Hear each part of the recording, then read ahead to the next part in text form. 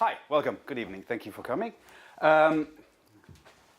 So I could have called this talk many things. It's really about software because, mainly because I'm a software developer and I deal with software every day. We could have just called it engineering ethics because really pretty much all of engineering is kind of software related these days. But could have just called it ethics and then nobody would have come. So I thought this was a nice compromise.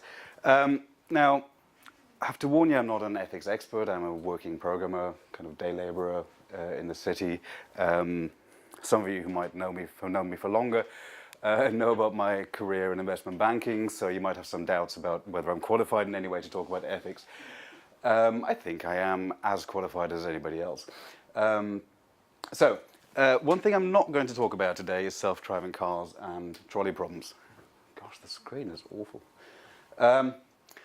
The reason I'm not talking about trolley problems is because everybody else is talking about them at the moment, and I really don't think that's the big problem with self-driving cars.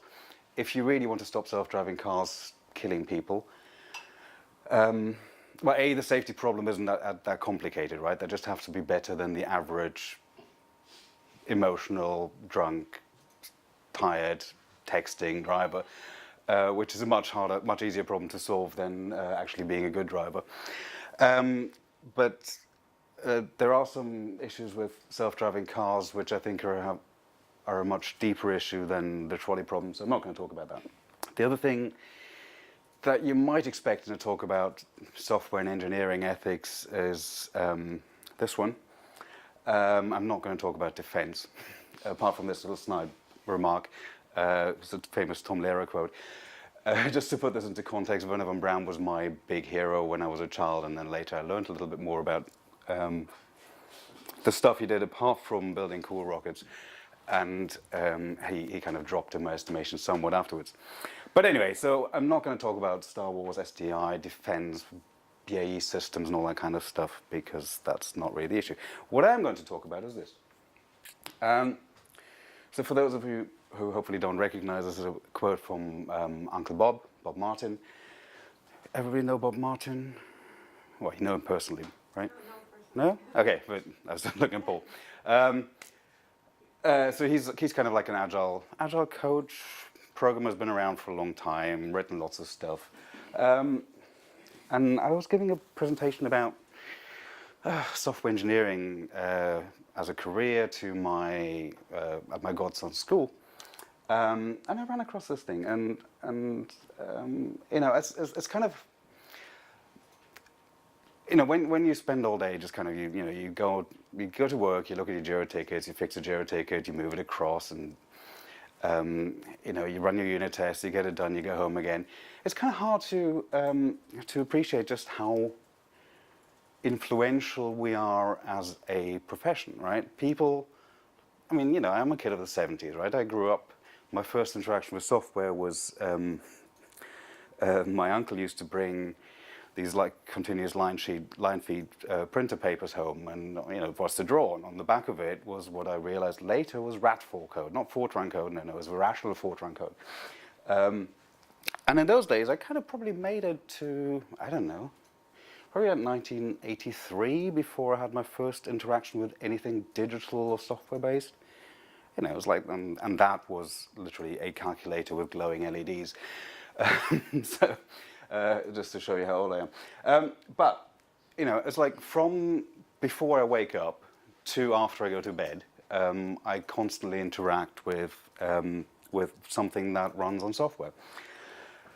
Even more important than that, you know, none of the stuff I do all day long would work without software, right? Without software, I wouldn't be able to get a train because the train wouldn't run.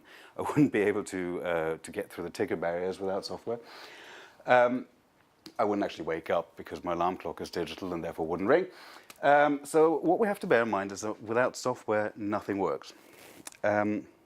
Now, I've been a professional software developer in the sense that I get paid for it, not in the sense that I act professionally all the time. Some of my former colleagues attest. So I've been getting paid to write software pretty much since I came to this country 27 years ago. Gosh, I need to update my mental notes to the talks when I give them. And I read this line and I kind of glossed over it, and then I went back and read it again. And every time I read it again, as a professional software developer, this scares me, right? Because I know how bad most software that we've written is. I know how bad the software I write is. Sometimes I can only project on people who are obviously much better at writing quality software than I am.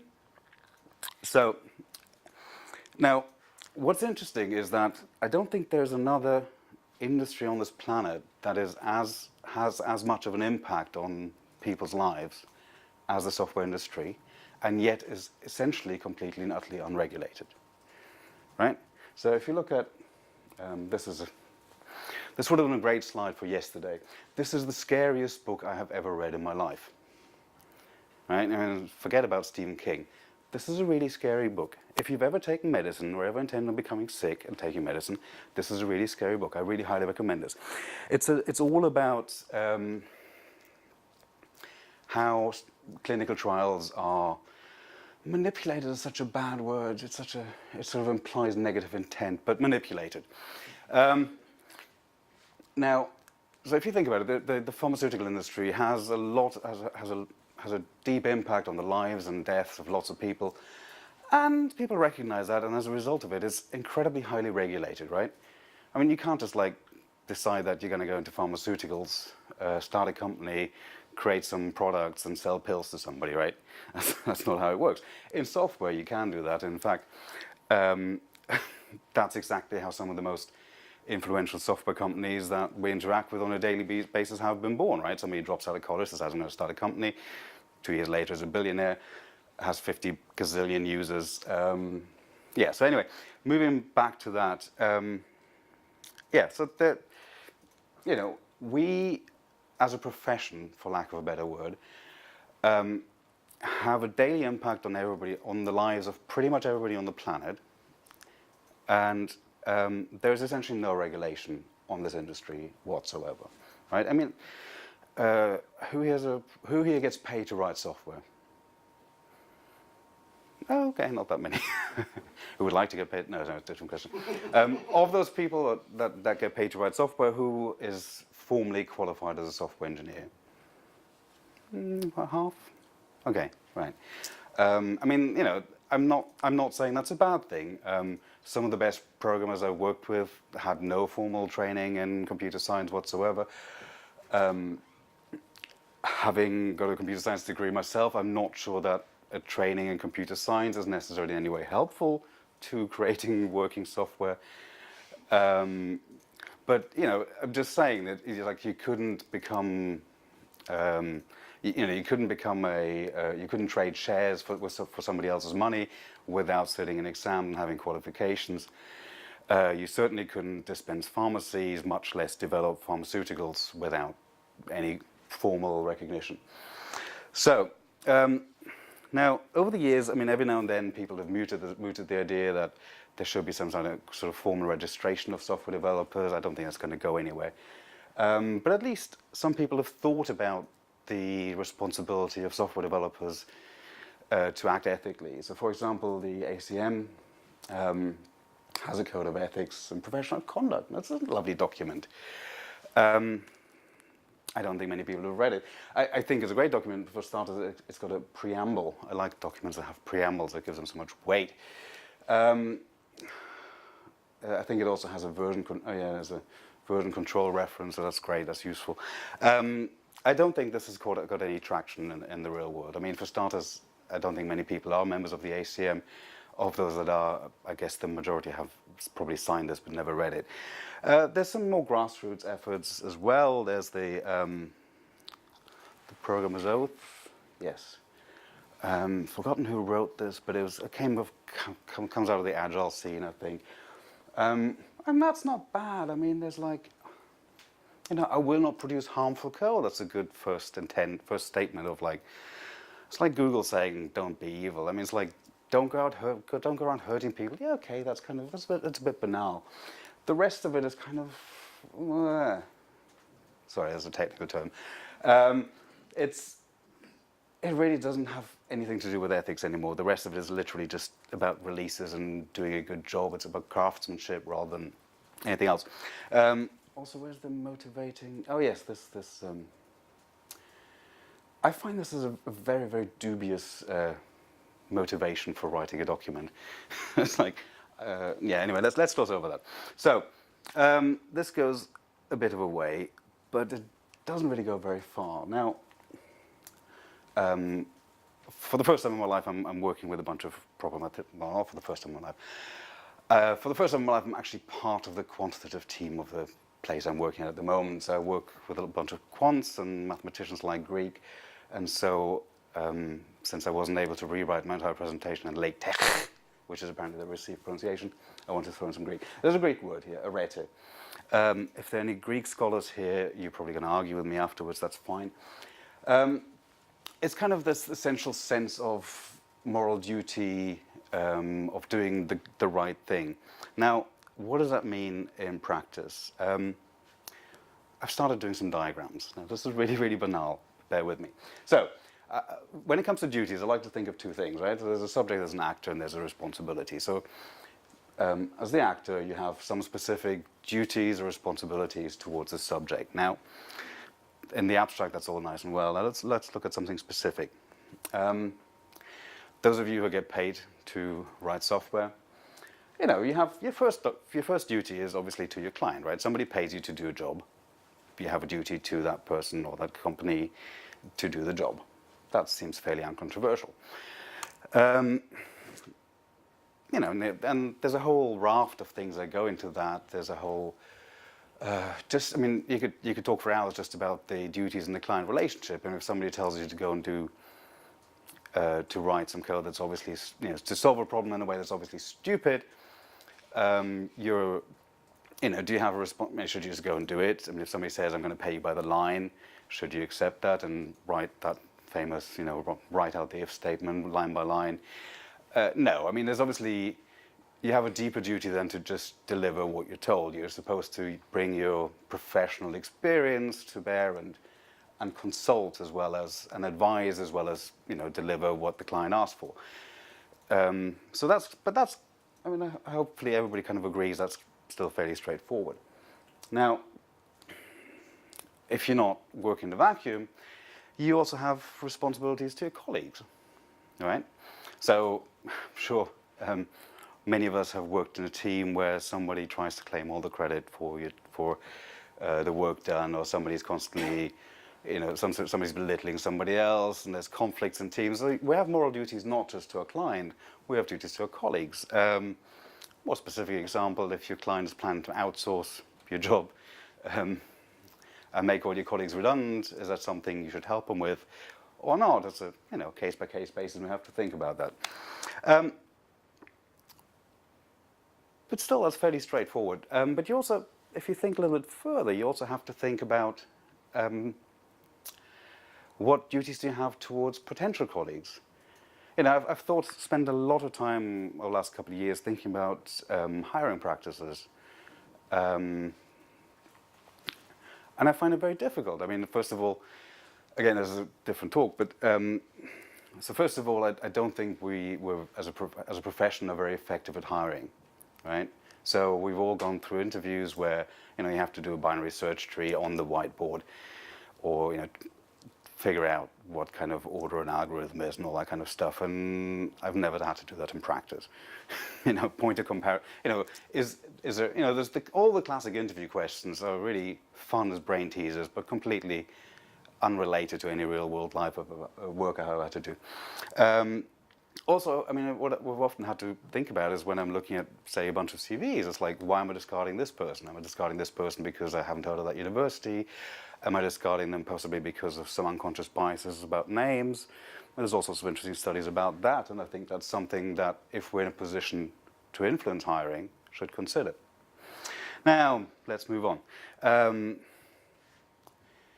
not going to spend a lot of time talking about this issue, for the obvious reason. But I think it's important that we're talking about this, and I think it's quite good that, you know, this issue is getting some traction. I'm very pleased about that. So let's just emphasize that point. I'm very glad that we're doing that. Let's move on.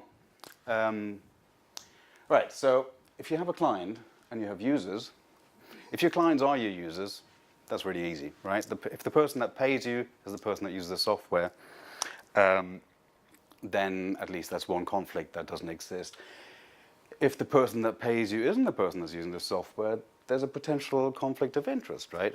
Do you have a duty? I mean, you obviously have a duty towards the goal donor, to use the phrase, but you also have a duty towards your clients. You have a duty not to deceive your clients, for example, right? Let me just throw in a cartoon while I get my drink.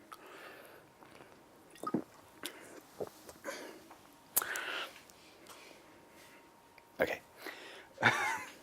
So, I mean, we've all encountered software that's obviously slightly deliberately misleading.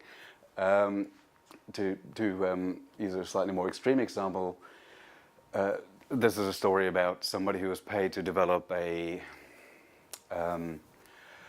sort of infomercial user survey thing that was supposed to advise drugs, and after they delivered it, they said, basically, well, yeah, there's something wrong with this workflow because whatever answers the users give, I'm always supposed to recommend the same drug. And you're like, oh, okay. So, there's a distinct conflict of interest between the user and the client here.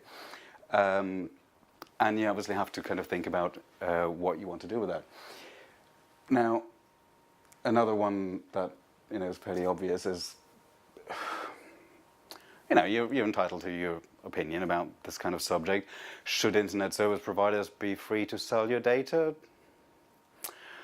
Well, you're entitled to any opinion you have. I don't think you should, and you're entitled to be wrong if you want. But, these issues crop up more and more, and particularly in the kind of freemium world and the world of,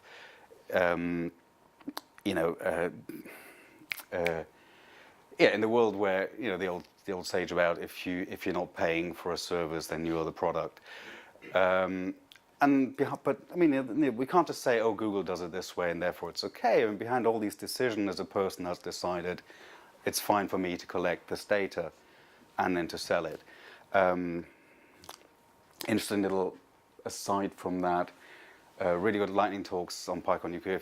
If you have any interest in Python, I can recommend PyCon UK. It's a fantastic conference. Great lightning talk, and it was about somebody trying to buy something, and before they could purchase something, the company asked for a title, and the titles on offer were Mr. or Mrs. Now, if you're a middle-aged white bloke like me, this might not strike you as immediately obvious, but for some people, that is a problem, right? Some people would like to have Mr., Mrs., Ms., MX, non-binary. But the question is, of course, you have to ask yourself, and I think you should ask yourself in all these situations, is like, why am I collecting this data? What's the point of it? Do I need to collect this data? What would happen if this data falls into the wrong hands? All these things. One particular bugbear, I'm staying at the Premier Inn tonight, tried to check in online, and to check in online, they wanted to know my nationality and passport number. Obviously, oddly enough, when I checked in at the hotel, they didn't ask for either of those. It's all these things like, why are you asking for this data? What are the possible repercussions of this data being collected? So just bear these in mind. Now let's move on slightly. So family including you, is another. You have responsibilities towards your family. You have responsibilities towards yourself. My apologies for the dodgy drawing. Now, again, the conflicts are fairly obvious. I mean, if something as blatant as your client asks you to do something unethical to your users, you have a mortgage and school fees to pay. There's a three-way conflict of interest there that you have to bear in mind. The other one that often gets overlooked is this one. This made the rounds the other day on Twitter. Sorry, this is bollocks, right? If you're 25 and you're really enjoying your job and you have no other commitment, it's great fun to work from 7 till 10 in the evening. 7 in the morning to 10 in the evening. So it's great fun to work from 7 till 10 in the evening. Full stop. And I've certainly done that where I've kind of worked stupid hours all the time, and A, it's not a long-term prospect. B, you have a duty to yourself to take care of yourself, and C, if you're in a family, you have a duty to actually spend some time with them occasionally as well as provide bread. If you don't like them, that's a different problem. We're not going to talk about that. But finally, let's move on to sort of the elephant in the room about responsibilities. So, you have a responsibility to wider society, which may or may not include your users. And this is kind of why I think the trolley problem isn't the real issue with self-driving cars. I think I'm changing the order slightly, but we'll get onto that. So the big problem with self-driving cars is, ooh, oh, that's weird. Okay. No, that's, oh, yeah, sorry. I was getting ahead of myself. Okay, so, where's my, oh, okay, I've screwed up the order of my slides on the train, never mind. I'll deal with each slide as it comes. So, intended consequences. So your software has intended consequences. So for example, Volkswagen has been in the news recently for mainly to disprove the idea that all news is good news, all publicity is good publicity. You heard about the story about the diesel engines? Okay. And you're like, well, this defeat device sounds like a sophisticated piece of kit. No, it doesn't. It sounds like a bunch of simple if statements, right? Now the question you really have to think about is, how did this defeat device get into the software? I mean, at some point, somebody must have said, as a feature in Jira, we will implement something that detects whether the system is running on the car is running on the test bed and changes the engine emissions. Now, how did that get in there? I mean, there must have been a whole bunch of people involved in that, from management to programmers, and clearly not one of them had the guts or the decency to stand up and say, this is a stupid idea, we shouldn't do this, right? Now, this has had a severe impact on colleagues. It's had some impact on users, but it's certainly had a huge impact on society. Another example, Uber, probably not everybody's favorite company. Well, some people like it. Uber actually had a specific system to try and detect when government inspectors were booking their cars and denied them service. This is kind of like, I don't know, that seems like a level beyond advertising where the speed cameras are. I mean, it may not be technically illegal, but it's certainly dubious if you're trying to stop that happening. Another example, yeah, that's that one. Oh, definitely had a think. Word loss over that. Oh, damn. Okay, so there you go. Lesson learned. Don't rearrange your slides on Great Anglia Wi-Fi because it'll mess them up. It's customary. I've been in England long enough. Okay, so that's intended consequences. And now we're going to skip over that and that and that. Unintended consequences. I'm old enough to remember this guy. This is Donald Rumsfeld. Anybody else old enough to remember him? Good, good. There was a time old enough, yeah, when this guy was around, everybody thought he was the most stupid person on the planet, which history has proved is a little bit unfair. Also, he came up with an unintended bit of epistemology. Oh, I struggle with that. Yes, which is worthy of any history of any philosophy professor. So, known knowns, things we know. Known unknowns, things we know, we don't know. Unknown unknowns, those we don't know, we don't know. And that is the key thing to worry about. So, like, if your boss comes to you and says, implement this unethical feature in Jira, you probably notice it. But what I'm saying is we have a duty to go one step beyond that and actually look at possible unintended consequences of our software. Now, let me see if this slide is actually the right one. Yes, this brings us back to the self-driving cars. Now, at the moment, there's 242,000 private hire vehicles in this country. about 300,000 people employed as taxi drivers in London. That's just taxi drivers, right? Factor in all the people doing, driving white vans, doing deliveries. I don't know, we'll probably have 1 million people employed whose only skill is driving. Well, those of us who cycle might debate whether they actually have that skill, but certainly, some of them have a license. Now imagine self-driving cars coming around tomorrow. That's 1 million unemployed people just in Britain. Right? Replicate that over all of Western Europe, US, etc.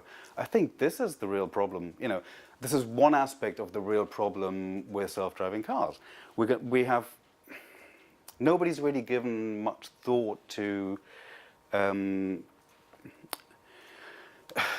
real impact of this, and I think that's something that we should be doing. I mean, we're planning something that dramatically changes society. We're applying a technology to dramatically change society. It might be a good idea to think about what could happen beforehand. That's all I'm saying. Yeah, never mind. Unintended consequences, definitely screwed up. Other unintended consequences. I'm a great fan of Airbnb. I love Airbnb. I hate staying in hotels if I can help it. But Airbnb, much as it's helped me enjoy lots of city breaks, has actually had a severely detrimental impact on certain cities, right? So in parts of Barcelona, it's caused all sorts of problems because it concentrates tourists in an area where previously there weren't quite so many. It's driven up housing prices. Specifically, I think in Mallorca, there's a huge problem with housing because all the flats that used to be let as long-term flats are now being let as Airbnbs. And, it's like, is that a technology problem? Well, it's a problem that technology has inadvertently brought around, right? And there's lots of these issues that people should think about before they do it. The other one, who he is on Twitter? Facebook. Okay, all right. Yeah. If you're on Twitter and you don't like Brexit, don't follow me, as Paul pointed out. So, Twitter and Facebook, all this kind of stuff has came out as a really useful little tool to stay in touch with friends, LinkedIn to stay in touch with work colleagues. And it brought us this. Now, of course, at some level this isn't news, right? I mean, fake news has been around since at least since the Greeks, right? If not before then. I mean, we all remember the Trojan horse. It's also worth pointing out that Britain is a world leader in fake news and propaganda. But, just to point out, this has been around for a while. I'll leave you to read, this is quite classic. Any similarity to current politicians is completely coincidental. This was written in the 18th century.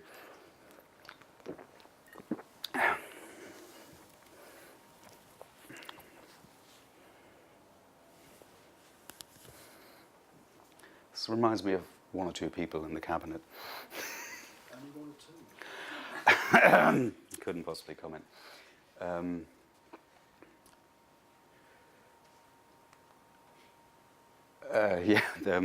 So social media. I mean, technology isn't the only thing that's driven social media and fake news. There's also the confirmation bias, and there's a relevant tweet from the AccuConf.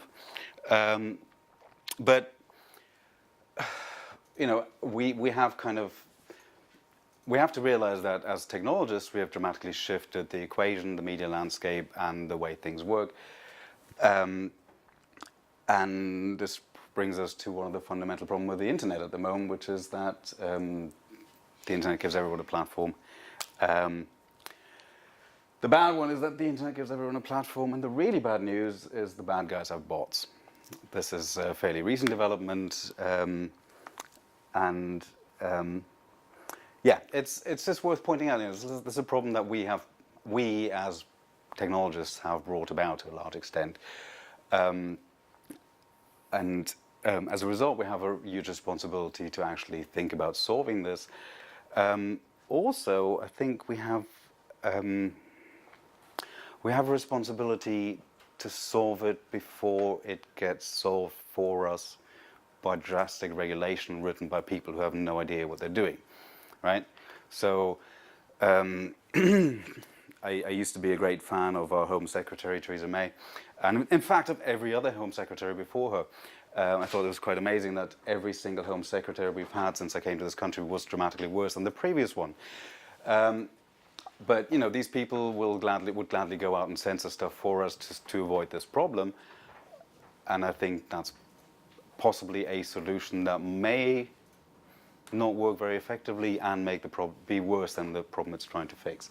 But I'd like to leave you with some slightly more positive news. You know, this is a message I approve.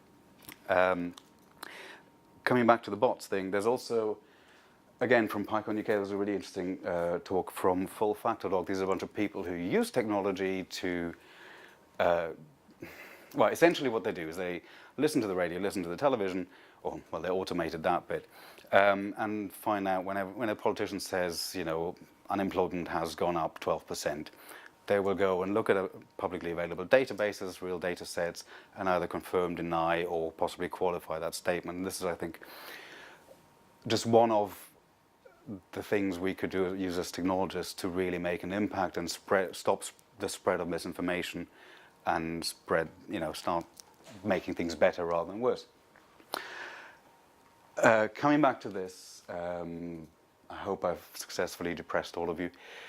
That was the intent of my talk. I'd just like to encourage you to be a little bit more aware of all those responsibilities that we have as software developers.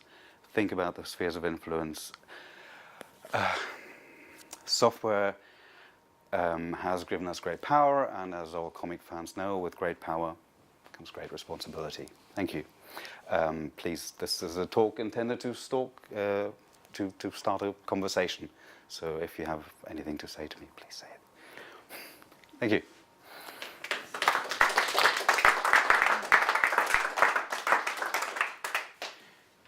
Any questions?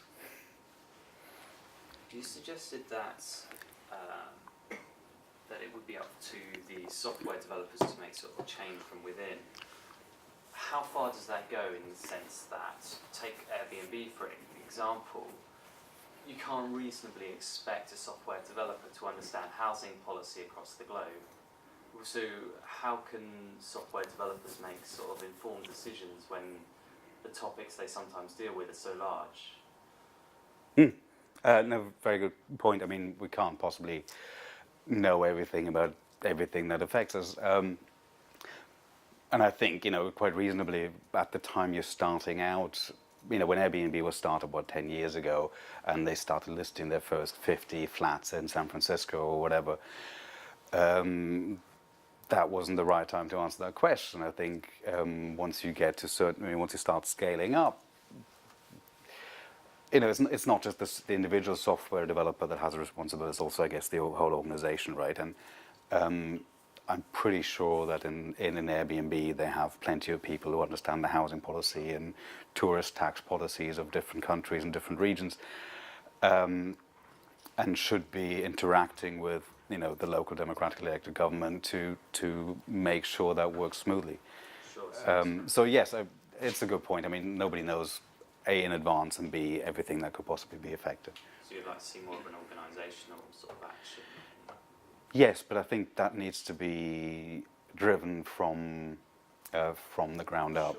Sure. So I mean, I'm not going to talk about my current clients, but we've just gone through, we're just going through a thing where we're trying to, and there's a huge corporate sponsored program about the values the organization allegedly have, and they're being workshopped and pushed down the organization, and it's just very amusing to see the gap between where the management likes to see the company and where you see it from the ground up.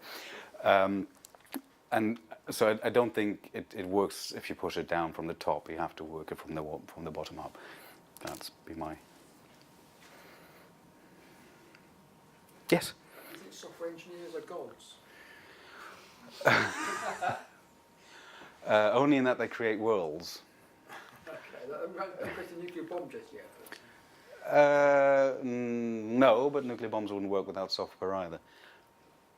Anymore. The first one did. The first one did. Yeah. Now they wouldn't. That was enough. That was enough. No. It killed a few thousand people in Japan anyway, so, or at least the third or fourth one did. So. No, I don't think software engineers are gods, but I think we're in a position.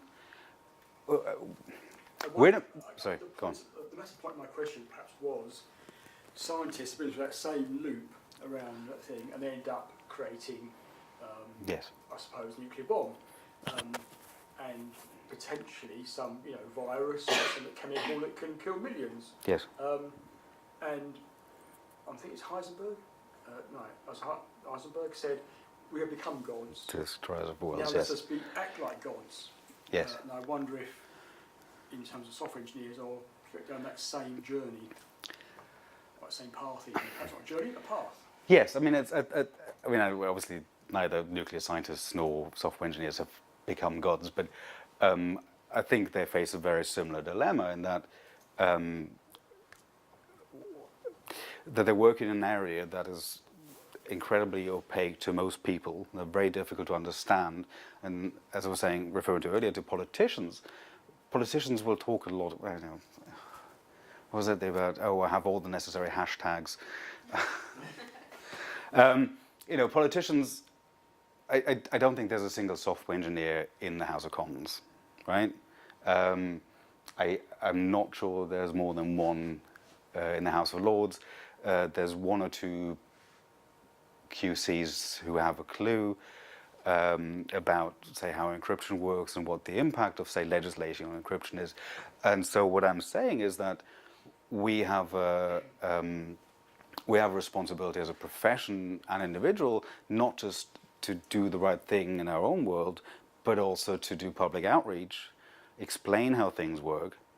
For example, explaining that you can either have encryption, which means your online banking works, or you can have a backdoor key. You cannot have both, right? I mean, I'm not an encryption expert, but I know that much about the mathematics of it. This is the only way we're going to be able to avoid the government doing even more passing stupid laws that will actually have a worse impact than the problem they're trying to solve. So, yeah, it's not quite as bad a known as that, but in a way, it's this. The nuance I'd like to draw is the atomic bomb was an intended consequence, right? I'm much more worried about. I think the analogy is much better with, say, car manufacturers.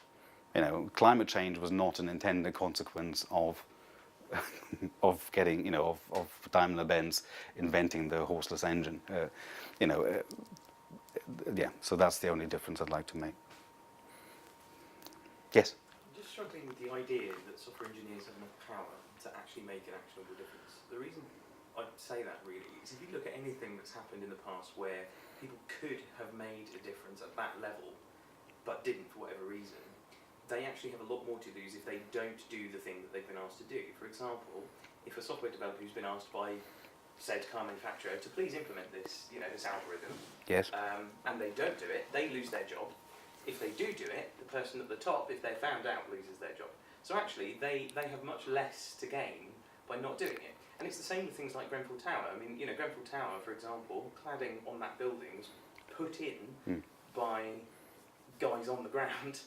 They must have known what was going on with the building. They probably disagreed with it. Yes. But they're not the ones that have lost their jobs over it. They're not the ones that potentially, hopefully, going to go to prison over it. My question, I suppose, is how much power do software developers really have to make a difference? And what can we actually do actionably to make a difference? So I think fundamentally I agree with you. I'm not blaming the guy who riveted the insulation to Grenfell Tower for that. But I think you're underestimating how easy it is for a software developer to get another job. I've changed. And But somebody else will just take their place. there is that. Does that mean you should do it yourself? I don't. But that's not about software, is it? Well, That's just personal integrity. it is absolutely. I think that's very true. But I think the reason it's more important for software developers at the moment is because we're in a situation where we're dramatically changing the world without anybody really holding us to account. I agree. That's all I'm saying. Sorry, I agree, but in the case of World War II, for example, soldiers that shot Jews also made a massive impact on the world. They hadn't done that, they'd have been shot themselves.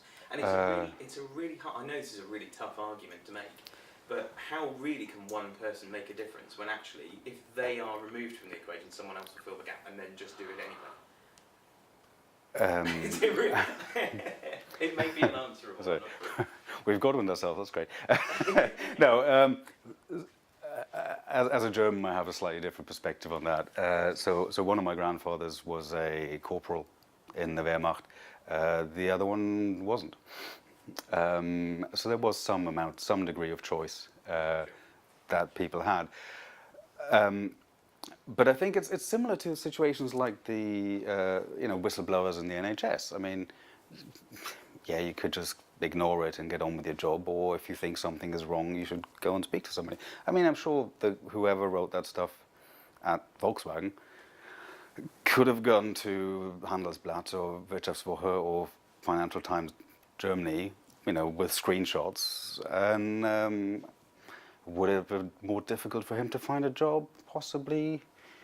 On the other hand, I think there are lots of ethical companies that would have welcomed somebody like that in, or, I mean, it would have changed his career dramatically. Would it have made it much worse? Not necessarily. I mean, I think, so it is an issue of personal responsibility, yeah. And you can't, I mean, sorry, if I don't do it, somebody else will do it, isn't really a great excuse. I think though, if I look back to when I was developed, which was a long time ago, I can remember being asked things which I wasn't happy to do.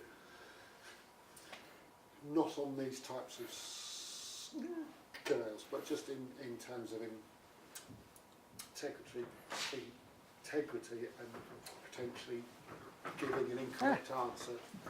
What time do you call this? Right. Yeah, Apple Watch has crashed. Sorry. So, giving an incorrect answer to a client, I'd make sure I'd go and talk about it with one of the managers,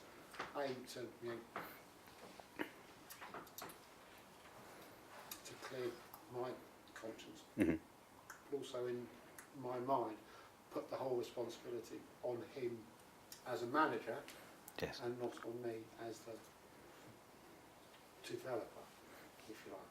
Yes. But at the end of the day, I did what I was told to do, or not, if you like. Yeah, but I think the escalation point is very valid, and if coming from a financial services background, the thing that springs to mind is always money laundering, right? So for an obvious risk like money laundering, there's a very well-defined procedure. If you suspect money laundering, you have to report it to the money laundering officer, and then you're not do anything else that might cause suspicion. And I think maybe we need a similar process. Coming back to the Volkswagen example, I'm sure. But who's the judge? I think that's the difficulty, isn't it? Who do you trust to actually know enough about it to actually? Yeah, no, I mean, I'm trying to work principles here, not solve practical problems. But certainly, for example, at Volkswagen, I'm pretty sure there would have been somebody on the board who would have been interested. I mean, like I said, I'm not here to give you answers. I'm here to make you question things and depress you. I think for me, because I'm not technical, but I work obviously with technical people, and I try and understand a lot of what is happening, is that some people, they don't want to understand, they don't want to know. It is oblique, it's not clear, software, it's like scary stuff. They don't understand how it all works. Do they want to know? And I think a lot of them just don't want to know. I completely agree, Yeah, but which is why we have, it's as much an educational outreach duty. 5 minutes? Okay. As a duty to do something. I mean, I think another really good example that kind of springs to mind is if you look at how machine learning algorithms are becoming much more more commonly used, and they have, you know, it's not just all about cool picture recognition and creating new Van Goghs and all that kind of stuff. You know, there's a famous example of a system in the US where essentially a neural network has been trained to predict reoffending rates, and that's used to help judges set bail. Now, as it turns out, the network works wonderfully.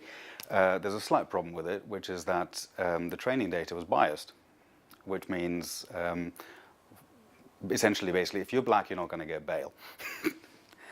And I don't think you have to have a very deep understanding of neural networks and deep learning to understand that there's a problem with this kind of algorithm, right? And I think we're going to see more and more of these kind of problems where computers are directly affecting people's lives, and we can't just say computer says no. You know, we have to have a critical interaction between, you know, how is the computer making this decision? I'm not saying like, you know, is there a bug in the C++? I'm talking about how do we arrive at this algorithm for making this decision that affects this person? I don't know, just think about what else would you train neural networks on? University applications, you know, medical procedures. Gosh, that's a lot, yeah, in there, you know. And I think the core duty for us in society is not just to act individually ethically, but more importantly, to go out and explain the impact of what we do to other people. That's, I think, works as a closing statement. You can grab me afterwards. Thank you.